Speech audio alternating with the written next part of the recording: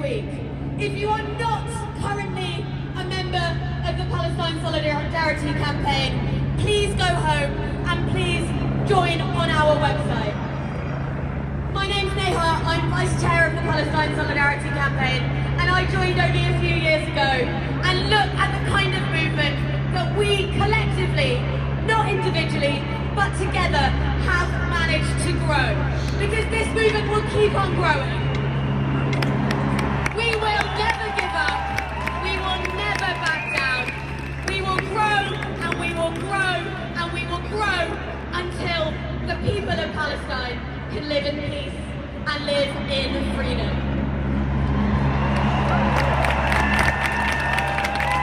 It's now a great honour to welcome to the stage the MP for Poplar and Limehouse.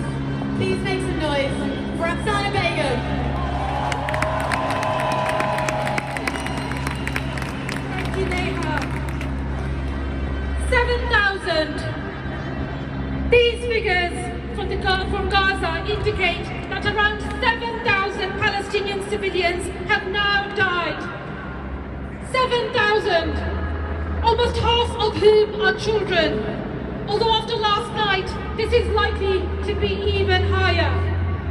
The back and forth over the accuracy of the death count has been a chilling distraction from the true issue, the killing themselves.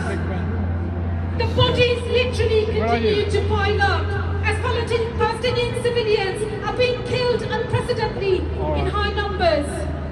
Yet not only are they not allowed to live, but they are also not even allowed to mourn properly. And it's not as if we haven't warned of this human catastrophe.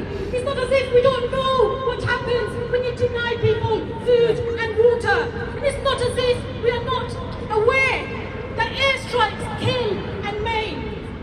And now innocent men and women and children in Gaza are unable to communicate with the outside world for a second day now.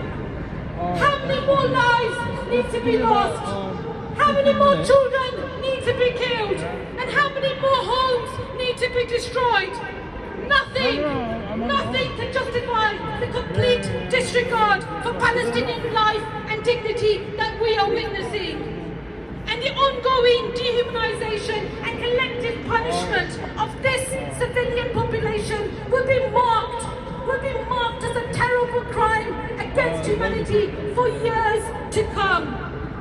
And while the UK government continues to trade arms to potentially be used against civilians, the United Nations and human rights campaigners are all calling out war crimes. And despite the level of complicity from global powers and the attempts to isolate, even silence, the cries of human suffering while censoring human compassion, I want to say this, that our solidarity, our sense of humanity will not be crushed.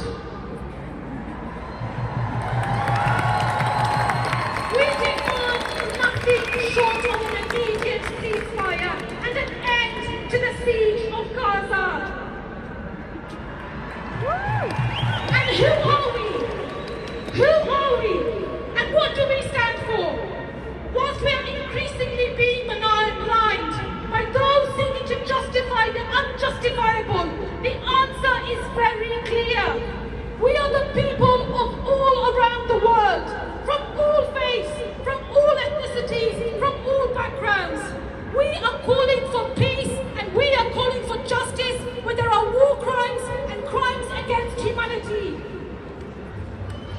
For dignity instead of degradation, for human rights, not human suffering, for freedom from illegal occupation, and for safety from forced evictions, displacement and dispossession, for liberation from oppression, and for hope where there is despair.